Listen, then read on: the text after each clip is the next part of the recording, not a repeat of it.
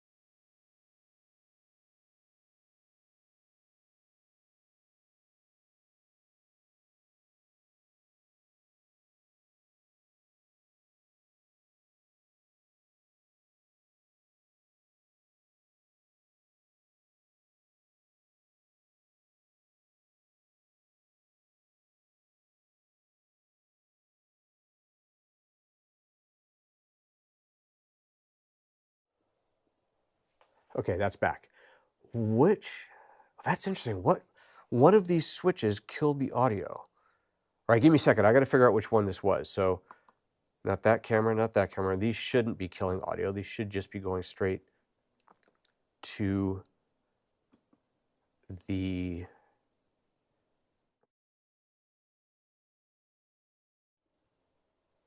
Okay. All right, I figured out which one. No idea why. Well, let's take a look, shall we? Let's figure this out. Oh, I can't show this screen. I don't have it set up to show the little Mac. I have a little MacBook Air, an old one, that is running the stream, well, that's running Bitfocus IO, which is connected to the Stream Deck for all of my switching. I don't have that set up so I can take that to screen, right? And that Bitfocus is running locally, so I can't just load it on the other computer. But let me just have a quick little look-see and see why that, oh, it's got a macro running on it, and I have no idea why it's running that macro. Okay, well, we're gonna take that macro off. So I basically took my old setup and have been kind of rebuilding it, and a lot of things I just threw away and started over from scratch because I hadn't done them for like 2 years. Had no idea what was going on with them. But occasionally little gremlins show up, and that was one of them. So now we found it. Okay, everybody's yelling, audio's gone, but audio's back. All right, let me quickly look at the comments again, and then we'll jump into a little tour of what is happening here. Graham Cooper. Look at Graham Cooper in the house. Audio fell on its ass. Yes, it did. Lost audio when I switched to the Mac. Well, there we go.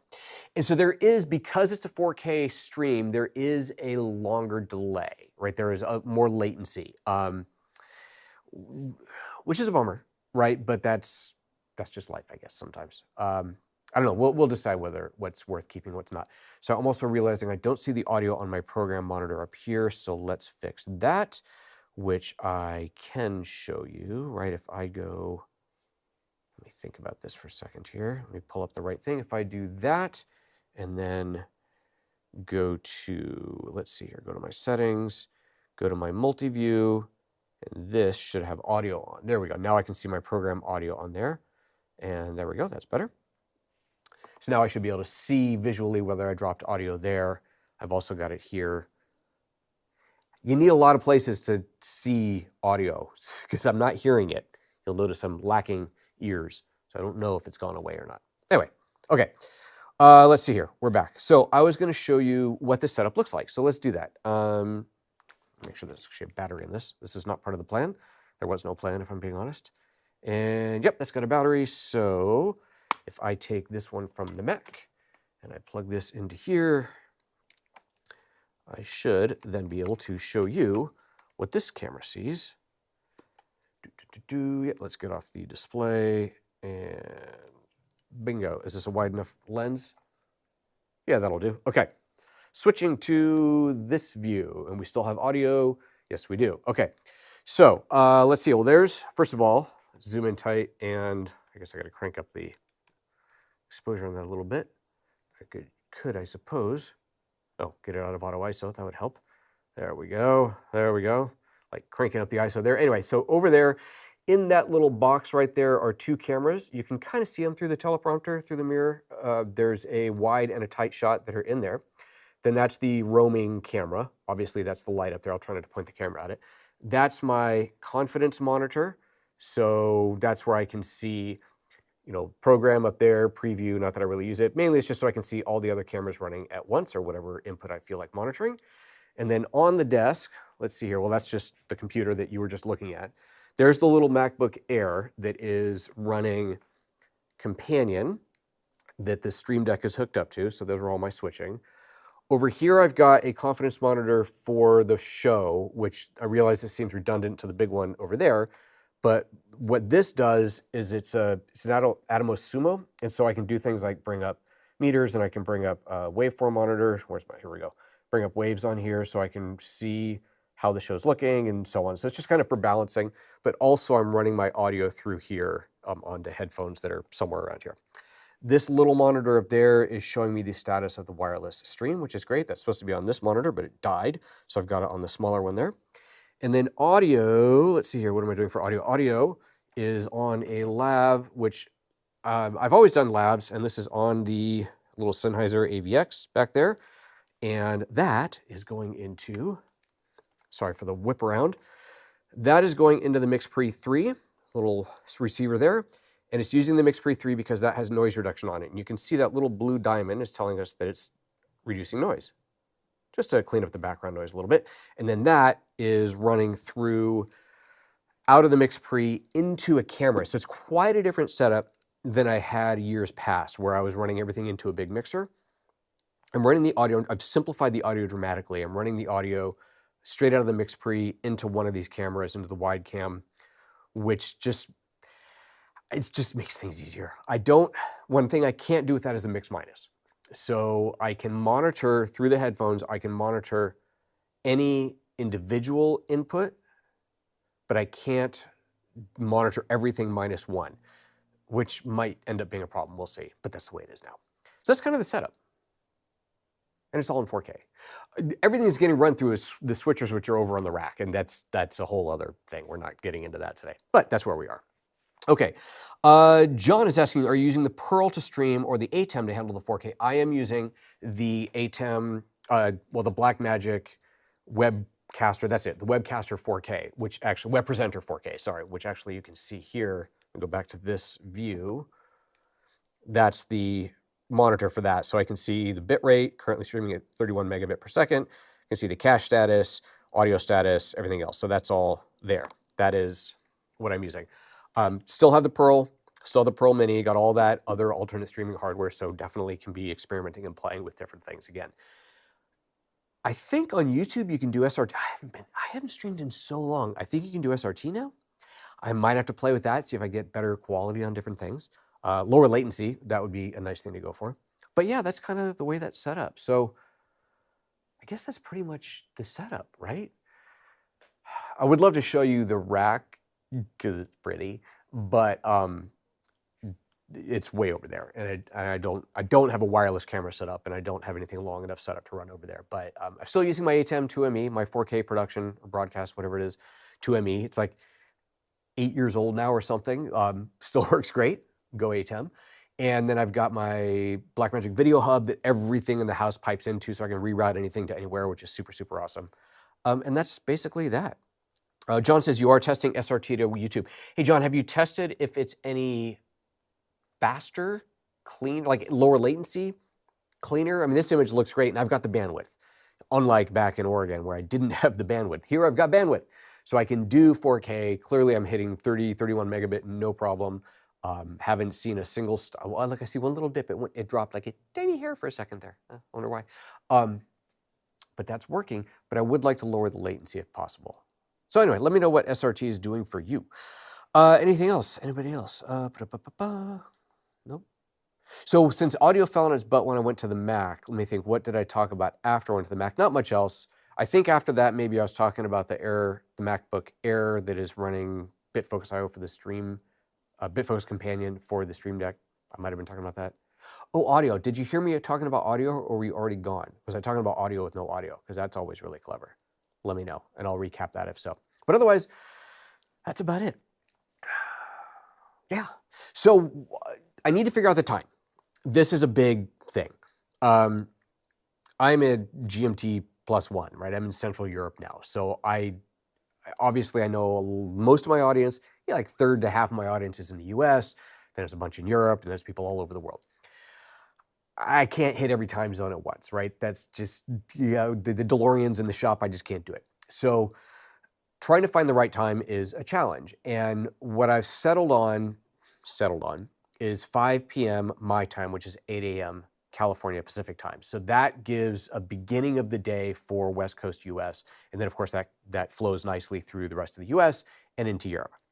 And I think that'll work. 5 o'clock is early enough where I can wrap it by 6 at the latest and get out of here and be home at a reasonable time. I can only do that on Monday or Wednesday.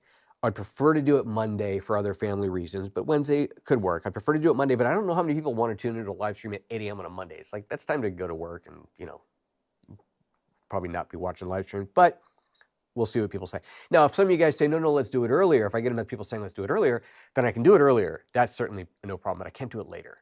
Tuesday, Thursday's out. Friday's definitely out because, it's 6 o'clock Friday. I'm not going to be sitting here doing a live stream. So that's that. Anyway, so I want to know what you guys think as far as the time goes, how that's going to work out. So what am I going to do with this new live show? If we look at the history of my live shows, they used to be the only thing I did on YouTube, right? Live was the only thing that I did. I was doing at one point, how many? Raise your hands in the comments if you were around when I was doing 5 shows a week every day, Monday through Friday. It was like 9:30 Pacific or something like that. That was nutso. Then I dropped it to 3, and then I think I dropped it to 2, and then I got booted from being online. There's that whole saga. We can tell that story another day. Switched over to edited. And then when I got back into live, it was never the same because my main videos were always the edited videos. The live were like, AMAs, ask me anything, let's just chat. And obviously they didn't do that well. People weren't really attending because it's like, how many times do you want to come in and just hang out and just talk? It just wasn't the thing. So I need to find the balance of what this is going to be. John's saying Wednesday is good at this time for the West Coast. Cool. Oh, he's also saying does offer lower latency with some tweaking to tune. Video quality is good. Okay, well, that's good to know. All right. So I'm not going to do like full-on demos like I used to do in the sense that those were the YouTube videos, right? Like if I have a new product to show, I'm not going to do some big fancy full deep dive demo into this in lieu of doing a recorded edited video. I'll still do those. I will take these live opportunities to do follow-ups on some of the videos. So if I did a video about something, people have questions, we can follow up on that. Because I am still a Lumix ambassador when there's new launches to Lumix stuff, whether it's hardware or more likely software. Oh, this new firmware update came out. It might not even be something that's worth doing a whole video on, but I just want to talk about the firmware update, what's new, show you guys how to install it, that sort of thing. I'll use it for that. I don't know all what I'm going to do with this, but I'm just glad to be back to live and trying to figure out what to do again, because it's fun. Live is definitely fun. Wayne's been around since the old days. Good job, man. That is awesome. That is awesome. All right. I think we're good for now. No one said that you didn't hear me talking about the audio, so I'm going to assume that you did hear me talking about the audio. I'll leave that at that. Aaron Preki was super. Aaron's always super. And John deleted that. Well, he was super. Even before he deleted that. He still is. Okay, I guess that's that. This was a test. This was just so I could kind of dust off the engine, whatever. It was great that I found that muting problem, so that's the kind of thing I wanted to figure out. I know that I need to fix something with my looping video so that it's not distracting me afterwards. I've even got a closing thing ready to go. So you're gonna see the same video come up with a thanks for watching thing that'll come up. I have a whole fade in with a flying key, not a flying key, what do you call it? Wow, brain shutting down as always. What do you call that thing? The flying animated thingy, whoopsie, who's it? The stinger. I knew that. I'm a pro. The stinger that was in the beginning. So I have one of those coming up at the end as well. Interesting thing about the stinger. So if I was doing a 1080p show, I've got a bunch of HyperDecks. What are they? HyperDeck Mini, I think is what it's called, a HyperDeck 4K Mini. But it's a little one. It plays 4K, it records 4K, but what it can't do is play 4K dual SDI, meaning 4K with an alpha channel. So I have no way to play video with an alpha channel. So I can't do like an animated thing that has transparency over it as part of an intro. At least not without a bunch of extra hardware. And you can buy hardware to do it, but I don't have it.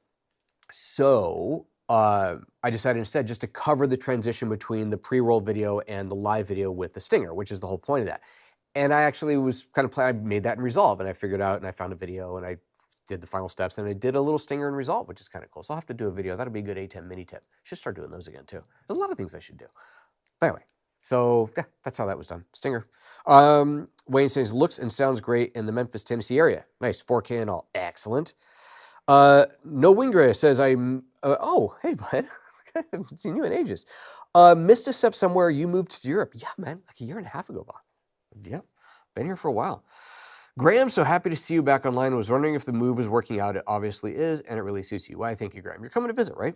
Come on down, man. Yep, yeah, so I moved to Europe about a year and a half ago. That should probably be one of the live shows, just talking about that whole experience, what it took, what it's been like living here, the ups and downs and so on. But no, it's great. I'm totally digging living here. If I was doing this show in the summertime, I could point the camera outside, but being that it is now deep into fall, it is pitch black outside right now. So you can't see anything out there, but it's a nice view. Yeah, well, sometime when it's light out, we'll take a look out there. Anyway, okay. Explain a little bit more about sound, Rogue Production says. Okay, so here's what, again, I don't know if it missed because I might have muted then. So the audio is actually very, very simple. I've got a wireless lav, the Sennheiser AVX, which I've tried and tested and used these things forever. Love these. So I've got the AVX. Let's go back to this camera. Turn it back on. There we go. And that is, there we go. So the receiver for the AVX is plugged into, there we go, some ISO up there, plugged into this Mix Pre 3. The reason I'm using the Mix Pre is because it has a plugin. I have a plugin in here called Noise Assist. I think that's right. And it's noise reduction, so it just reduces background noise live. Now, this audio, very simply, is just, where's the cable? Is just running from here into one of the cameras. It's running into the wide camera, in fact. And that is simpler than things used to be, right? So I used to have audio running into a whole separate mixer. I have a Behringer XR16, XAR16, and that is where all the audio used to run through. And it's insanely powerful and insanely awesome. Complicated, but much more simplified when you're using BitFocus Companion to tie everything together, so it worked out fine. This time, at least for now, I've simplified things by bypassing that and just basically going straight into the ATEM. So this audio is going into the camera to keep it in sync with the video, and then over to the ATEM, so I don't have to worry about programming delay, because that's something you have to do when they're going separately. And if I'm going to do something where I bring in a live caller on a Zoom call or something like that, then I can just send their audio from the computer out to there. So that'll work out totally fine. What I'm losing by doing this is the ATEM, at least this model ATEM that I have, the older one, does not have a way to do a mix minus. So, and I can monitor any single input, but I can't monitor multiple inputs simultaneously unless I'm monitoring all the inputs. So what that means is I can't do a mix minus. So if I'm doing a live show, I cannot do a live show where I can hear somebody and not hear myself. And since I'm obviously on a delay because it's going through the cameras and everything, that's untenable. Can't do that. Now, what I could do is just use, what is it, Audio Hijack, I think, Rogue Amoeba still, well, who knows if it even works in the current operating system, but would allow me to route audio, let's say, into an AirPod, simultaneously routing it out for the live show. So that's probably what I would do. I have headphones plugged in somewhere here. Oh, they're there. I have headphones here that will allow me to hear the live show, but I can't hear through that any different mix. I can't even monitor directly from that because that is feeding out to this monitor. Now, as I'm saying that, I'm wondering if I can reroute that audio. Anyway, this monitor, that's my confidence monitor that has the scopes and everything else on it, I can pick up the audio from there. So audio, I've kept simple for now.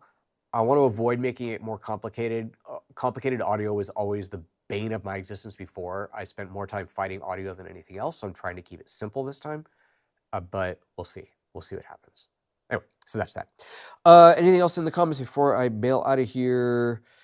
John saying, mix pre is good. I have been on the fence to change up my audio. Lav sounds good. I'm glad the live sounds good. Normally, for my recorded videos, I'm using an overhead. I've got a shotgun mic up here, and I found that I like that better than the lav now. I used to do everything with the lav, but I found that I like that better for my recorded shows.